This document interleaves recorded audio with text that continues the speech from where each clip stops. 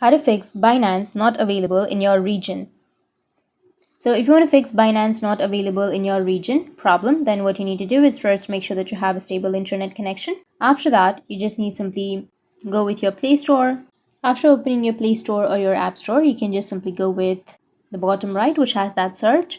And from the search, you can search for a VPN. If you already have a VPN, you can use that VPN, because sometimes if any app is not available in your region, then turning on the VPN might fix your problem. So go and turn on any VPN that you're comfortable with, and then go with your Binance, search for the Binance, and you might find that on your region. Or the second method is you can just simply try restarting your phone.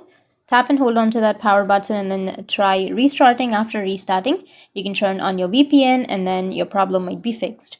That's how you can fix your Binance not available in your region. And if you have any questions, feel free to comment below. Thanks for watching.